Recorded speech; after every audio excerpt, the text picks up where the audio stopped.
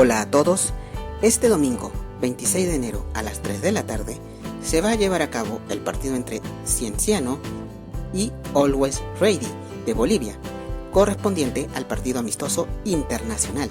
El escenario será en el estadio Inca Garcilaso de la Vega, ubicado en Cusco. Esperemos de que haga un excelente partido y que gane el mejor.